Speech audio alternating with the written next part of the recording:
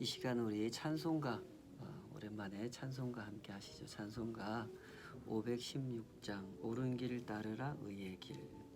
옛날 찬송가는 265장입니다. 516장 옳은 길 따르라 의의 길.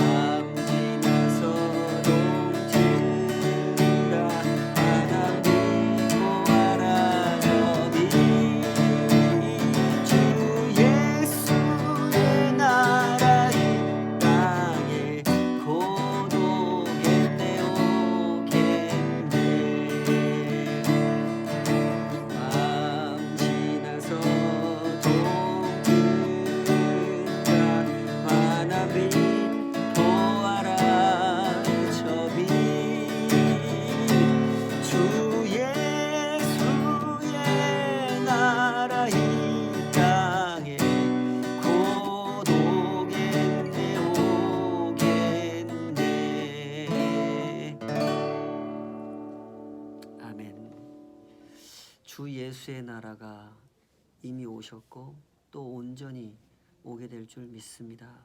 주여, 이 진리의 복음을 선포하는 일에 주님의 종들에게 힘을 주시옵소서. 용기를 주시고 감당할 믿음을 허락하여 주시옵소서. 우리가 가는 길의 의미를 알게 하여 주시고 그 길의 영광과 기쁨을 매일매일 맛보게 하여 주시옵소서.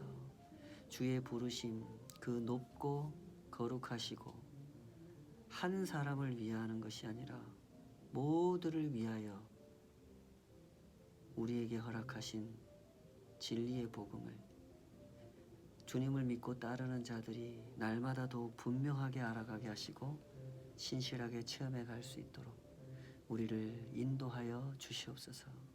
예수님의 이름으로 기도하옵나이다. 아멘. 오늘 주신 하나님의 말씀 우리 다 같이 보시죠. 오늘은 고린도전서 15장, 매일 성경 본문은 12절부터 19절까지인데요. 그 중에서 16절부터 19절까지만 제가 읽고 말씀 증거하겠습니다. 고린도전서 15장 16절에서 19절입니다. 만일 죽은 자가 다시 살아나는 일이 없으면 그리스도도 다시 살아나신 일이 없었을 터이요. 그리스도께서 다시 살아나신 일이 없으면 너희의 믿음도 헛되고 너희가 여전히 죄 가운데 있을 것이요. 또한 그리스도 안에서 잠자는 자도 망하였으리니 만일 그리스도 안에서 우리가 바라는 것이 다만 이 세상의 삶뿐이면 모든 사람 가운데 우리가 더욱 불쌍한 자이리라. 오늘 주신 말씀으로 그리스도 안에서 우리가 바라는 것은, 이런 제목으로 말씀 증거하겠습니다. 학교에는 여러 학생들이 모여 있지 않습니까? 모범생도 있고 또 그 중에는 흔히 불량 학생 이렇게 표현하기도 하는데요. 비행을 일삼는 그런 학생들도 있습니다. 공부에 관심도 없고 공부 좀 해보려고 하는 친구들을 꿰어내서 같이 사고치게 하고 공부하지 않도록 그렇게 유혹하는 아이들도 있습니다. 선생님은 이런 상황에서 교육자로서 사명감을 발휘하게 되죠. 물론 모범생만을 지키기 위해서 교육자의 사명을 발휘하지는 않습니다. 참된 교육자는 모범생도 보호하고 비모범생도 선도하는 그런 스승이라 할 수 있겠죠. 물론 이런 일은 어렵습니다. 특히 비모범생들은 선생님들의 가르침을 잘 따르려고 하지 않죠. 그러나 그럼에도 불구하고 참된 스승은 그런 제자들을 포기하지 않고 가르칩니다. 지금 바울 사도가 하는 일이 이와 비슷합니다.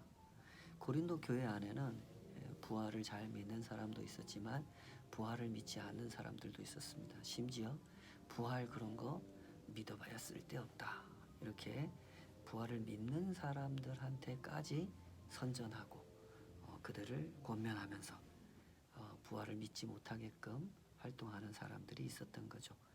바울 사도는 지금 이 두 사람들을 다 보호하려고 합니다. 부활을 잘 믿는 사람들도 보호하려고 하고 부활 그런 거 믿지 말라고 주장하는 사람들도 잘 선도하려고 하는 것이죠.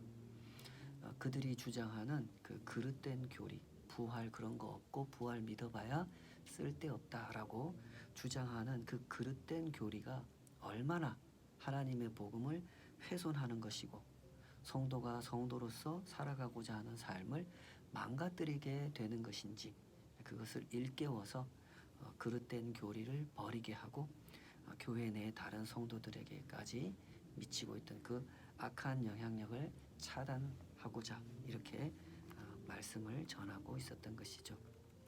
고린도 교회의 이런 모습을 보면서 우리가 관심을 가져야 하는 것은 이 교리의 세계라고 하는 것입니다. 종종 말씀드리는 것입니다만은 모든 사람에게는요, 각자 자기 나름의 교리의 체계, 삶의 논리, 믿음의 체계라는 게 있습니다. 예수님 믿는 사람한테만 이런 것이 있는 게 아닙니다. 예수님 안 믿는 사람한테도 있죠. 모범생들한테도 있고 비행을 일삼는 학생들에게도 그 나름의 교리가 있고 나름의 논리가 있고 자기가 확신하고 있는 그 믿음의 체계라는 것이 있습니다.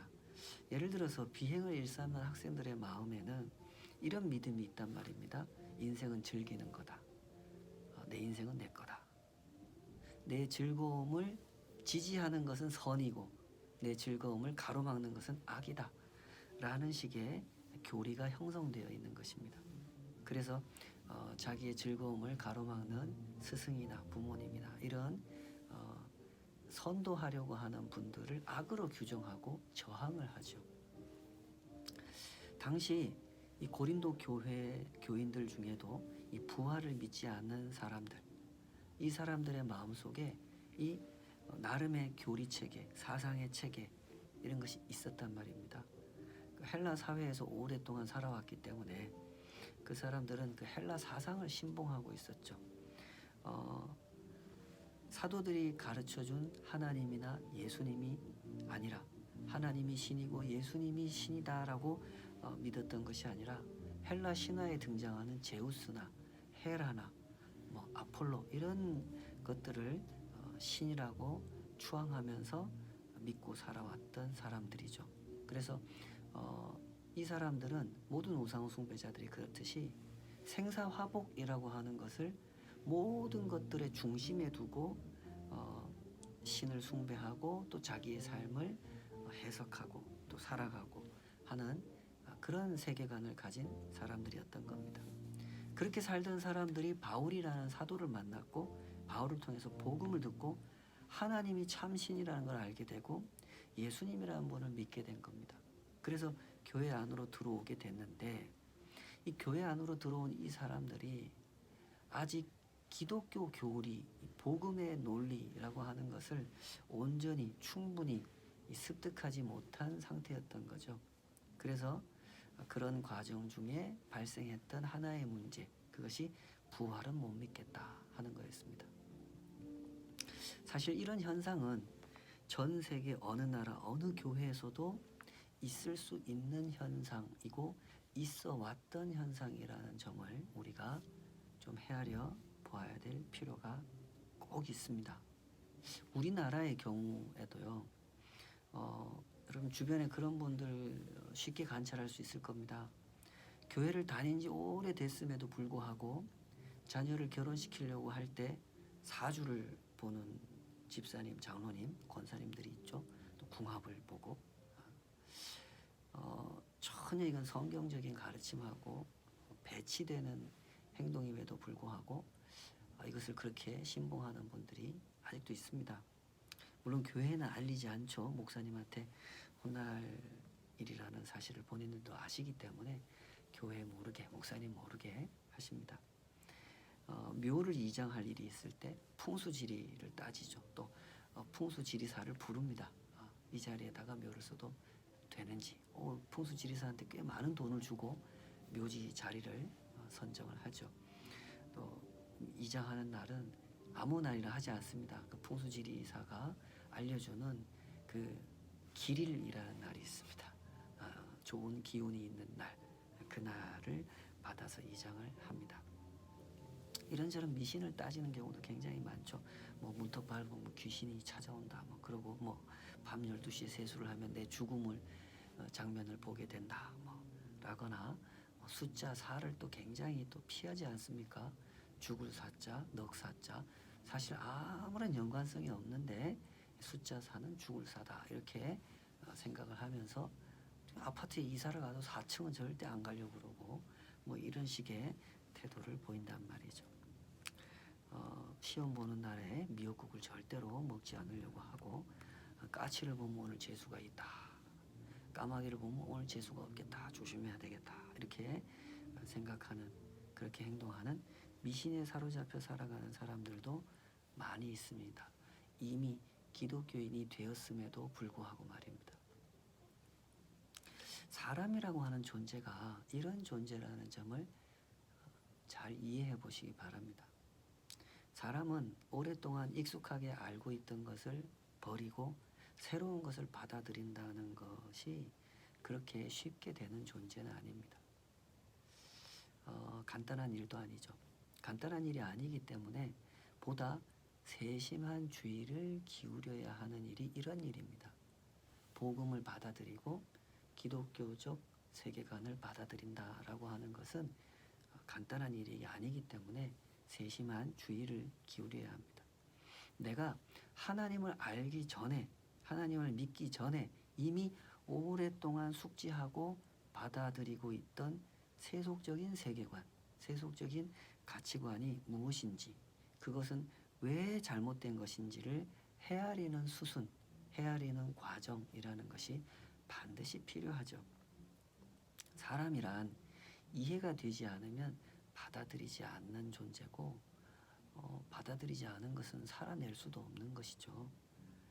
그러므로 좀 어려운 것 같더라도 내가 예수님을 믿기 전에 가지고 있던 세계관, 가치관, 이것을 헤아리는 수순을 밟아가야 하고, 복음의 가치관, 신앙적 세계관이라고 하는 것을 차분하게 배워가는 그런 과정을 거쳐야 하는 것입니다. 그러므로 우리가 하나님 말씀을 배울 때는 세심한 주의를 기울여서 이해하려고 해야 됩니다. 너무나 작은 머리를 가진 사람으로서 너무나 크신 하나님께서 하신 일을 이해한다는 것은 당연히 간단한 일일 수 없겠죠. 그래서 더욱 겸손한 자세로 배워야 되고 더욱 적극적인 자세로 배워야 하는 것입니다. 바울 사도는 지금 전에도 가르쳤던 부활을 다시 가르치고 있습니다. 보시다시피 처음 교회를 세울 때 이 사람들한테 열심히 이 부활을 가르쳤고 그들이 믿고 받아들였기 때문에 교인이 됐잖아요. 근데 약 2년 3년이 흘러가는 동안에 이 고린도 교인들 중에 부활을 못 믿겠다는 사람들이 나와서 지금 다시 이렇게 편지를 써서 부활을 다시 가르치고 있는 상황이죠. 편지를 통해서 전달해야 되는, 편지를 통해서 가르쳐야 하는 불편한 상황임에도 불구하고 어떻게 해서든지 고린도 교인들이 예수님을 믿기 이전에 가지고 있던 세계관, 이 헬라식 세계관을 버리고 복음적인 세계관, 복음적인 가치관을 가지고 살아갈 수 있게 하기 위해서 이렇게 돕고 있었던 것입니다. 이를 위해 바울 사도는 굉장히 강한 표현까지 동원해서 사용하고 있는데요. 이 부활 이슈를 설명하는 시작부터 15장 1절부터 보면 이제 2절, 14절, 17절 거듭거듭 이 단어를 사용하면서 이 그릇된 교리를 고집하는 것이 얼마나 악한 일인지를 일깨우려고 합니다. 부활 없다, 부활 그런 거 믿지 마라 라고 주장하는 것이 얼마나 악한 일인지를 이렇게 일깨우죠. 어떤 단어를 쓰면서 일깨웁니까? 헛되다, 헛되고 헛되며 이런 단어를 쓰면서 일깨우고 있죠. 14절 17절 제가 다시 한번 읽어보겠습니다. 그리스도께서 만일 다시 살아나지 못하셨으면 우리가 전파하는 것도 헛것이요 또 너희 믿음도 헛것이며 17절 그리스도께서 다시 살아나신 일이 없으면 너희의 믿음도 헛되고 너희가 여전히 죄 가운데 있을 것이요 이렇게 설명하죠. 여기서 우리가 주목해야 하는 핵심은 이것입니다. 아니 믿으면 됐지 뭐 헛된 믿음이 따로 있고 참된 믿음이 따로 있습니까? 있다는 겁니다. 그것이 오늘 바울 사도의 설명이죠. 부활을 거부하는 믿음, 그것은 헛된 믿음이라고 설명합니다. 교회를 아무리 열심히 다니고 교회에서 열심히 봉사를 한다고 하더라도 부활을 믿지 않고 부활을 살아내지 못한다면 그것은 헛된 믿음이다 라고 설명하죠. 고린도 교인들의 문제는요, 기본적으로 믿음이라고 하는 개념, 하나님을 믿는다라는 개념을 헬라식으로 받아들이고 있었다고 하는 것이 문제였습니다. 앞에서 뭐 음행의 문제, 우상숭배의 문제, 이거 전부 다 이거하고 관련되어 있는 거잖아요. 성경이 설명하는 대로 하나님을 믿는다고 하는 것은 하나님 없는 나라에 살던 내가 하나님의 나라로 옮겨서 그 나라의 백성으로 살아가는 일인데 그렇게 받아들이는 것이 아니라 하나님을 믿는다라는 것을 헬라식으로 받아들이는 거죠. 내가 하나님 인정했어. 나 교회 나가기 시작했어. 나 교회 가서 헌금도 하고 나 봉사도 하고 나 교회 사람들하고 친해. 나 하나님 믿는 사람 됐어. 라는 방식으로 하나님을 믿는다라는 개념을 이해하고 있었던 것. 사실은 오해하고 있는 거죠. 이것이 문제였습니다. 때문에 바울 사도는 그런 식으로 믿는 것은 헛된 믿음이다라고 짚어준 것입니다. 사실 이와 비슷한 장면, 이와 비슷한 설명은 성경 도처에서 우리가 발견할 수가 있습니다. 구약 성경, 신약 성경 할 거 없이요. 한 구절 예를 들어보자면 말라기 1장 10절을 예로 들 수 있는데요. 일상에선 전혀 하나님의 법을 따르지 않고 잘못 살아가면서도 안식일에는 꼬박꼬박 성전에 찾아와서 희생의 제물을 드리는, 요즘 우리식으로 치면 이제 주일날은 예배 꼬박꼬박 오면서 헌금도 열심히 드리고 하는 그 사람들을 하나님이 책망하십니다. 차라리 니네 교회 안 왔으면 좋겠다 이런 얘기까지 하세요. 제가 그대로 읽어볼게요. 말라기 1장 10절. 너희가 내 제단 위에 헛되이 불사르지 못하게 하기 위하여 너희 중에 성전 문을 닫을 자가 있었으면 좋겠도다. 저런 놈들은 좀 예배당 못 오게끔 문 닫아버렸으면 좋겠다. 하나님이 이렇게 얘기하시는 거죠. 너희가 드리는 예배는 헛된 예배다. 난 그런 예배 안 받고 싶다. 이런 뜻입니다. 시편 50편에 보면은 이런 내용들이 시작할 때부터 끝날 때까지 구구절절히 설명되고 있죠. 성경에 이런 설명이 굉장히 많습니다. 그만큼 이스라엘 사람이든 안 이스라엘 사람이든 많은 사람들이 하나님이라고 하는 분을 성경이 가르쳐주는 대로 이해하고 받아들이고 신앙하고 순종하지 못하는 삶을 아주 많이 살았다는 것을 반증하죠. 그러므로 우리가 이 사실을 명심하십시다. 신앙의 길을 올바로 걷기 위해서 우리에게 항상 필요한 것은 하나님의 기준, 하나님의 관점을 받아들이는 일이다라는 겁니다. 내가 볼 때 내가 하나님을 잘 믿고 있고 내가 잘 살아가고 있다고 평가하는 것은 전혀 우리 자신에게 도움이 되지 않습니다. 하나님께서 보실 때 내 삶이 어떠한가? 하나님께서 보실 때 내 예배가 어떠한가? 하나님께서 보실 때 내 목회가 어떠한가? 이런 게 중요한 거죠. 그렇지 않겠습니까? 이런 신앙을 갖기 위해서 우리가 항상 점검해야 되는 것은 내 안에 아직도 남아있는 이 세속적 가치관, 세속적 세계관이 작동하고 있지 않은지 이걸 성찰해 볼 수 있어야 한다는 겁니다.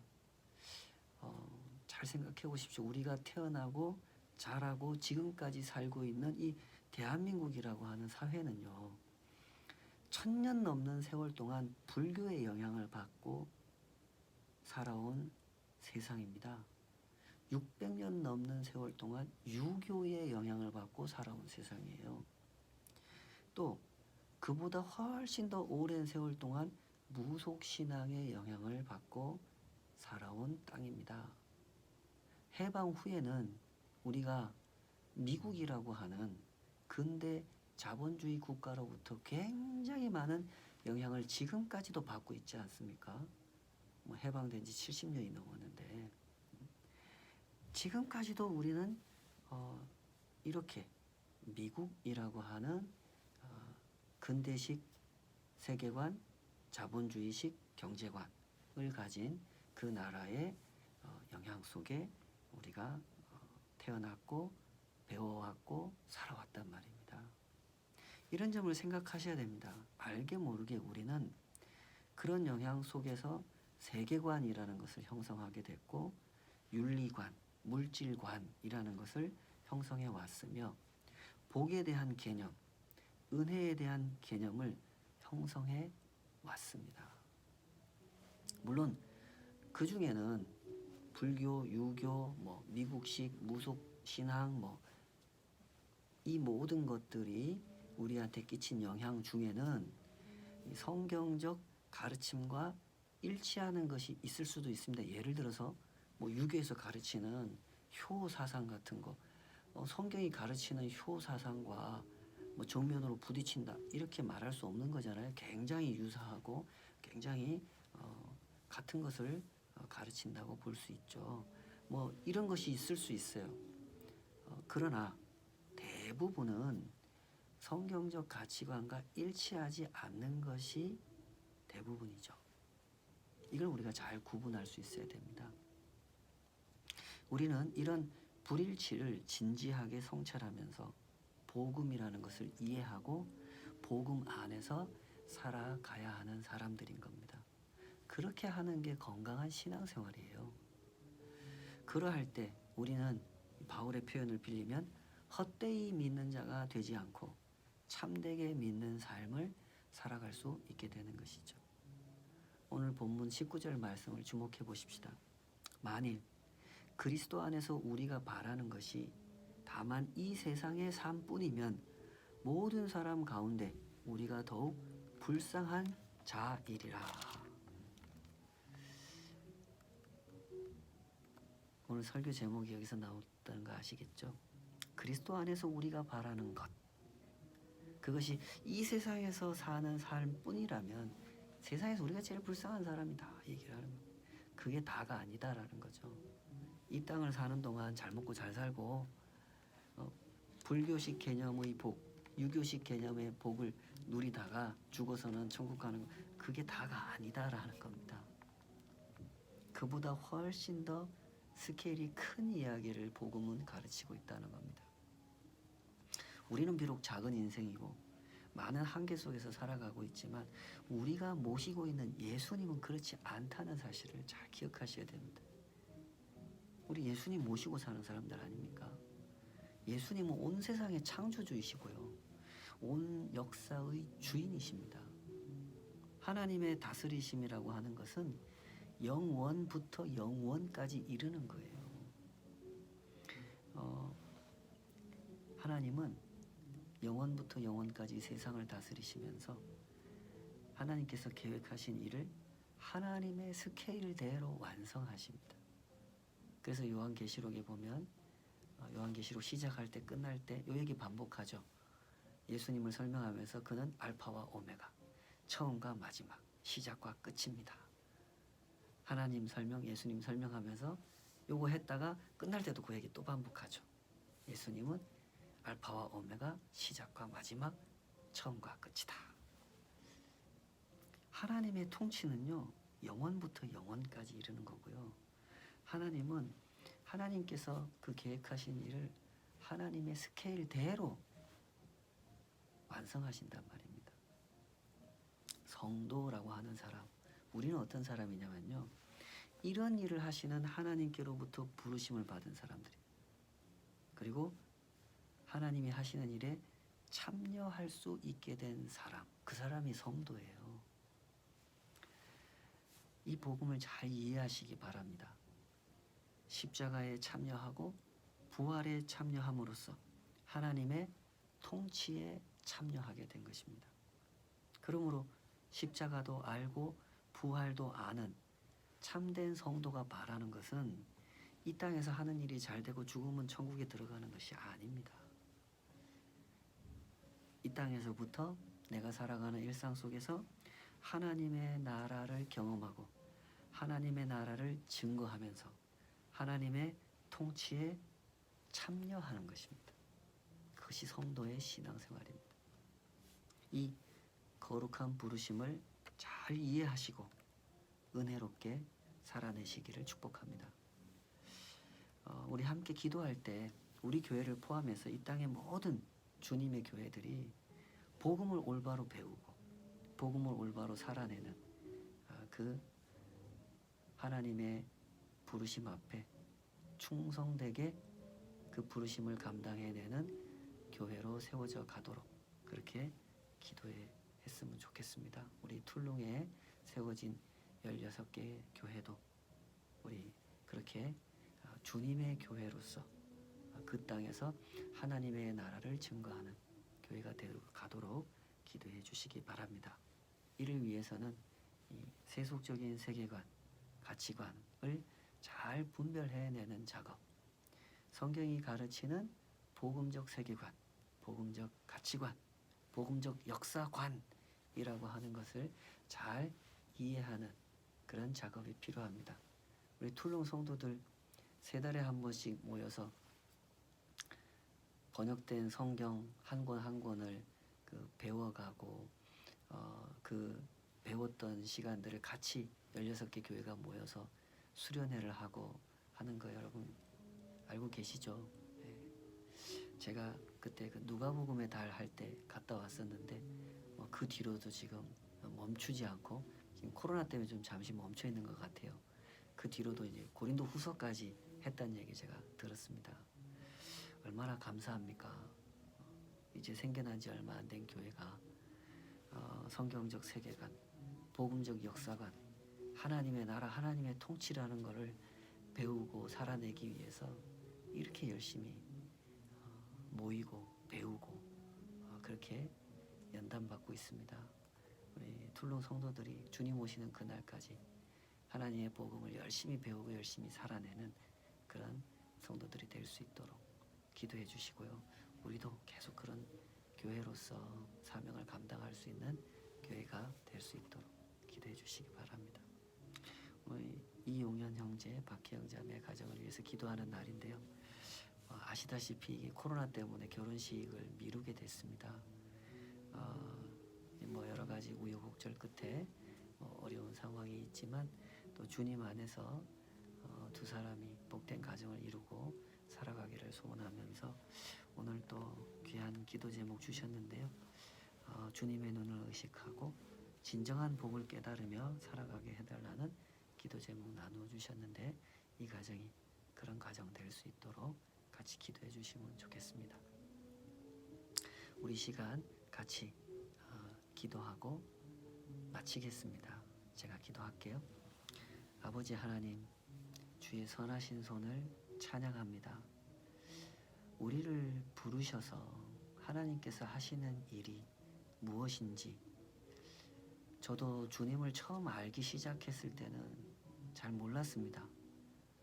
성경을 읽는다고 읽었지만 예배를 드린다고 드렸지만 너무나 제한된 지식, 너무나 제한된 편견을 가지고 복음을 대했고 하나님의 나라를 대하면서 그렇게 제 틀 안에 갇혀서 살아왔던 시간들을 기억하고 있습니다.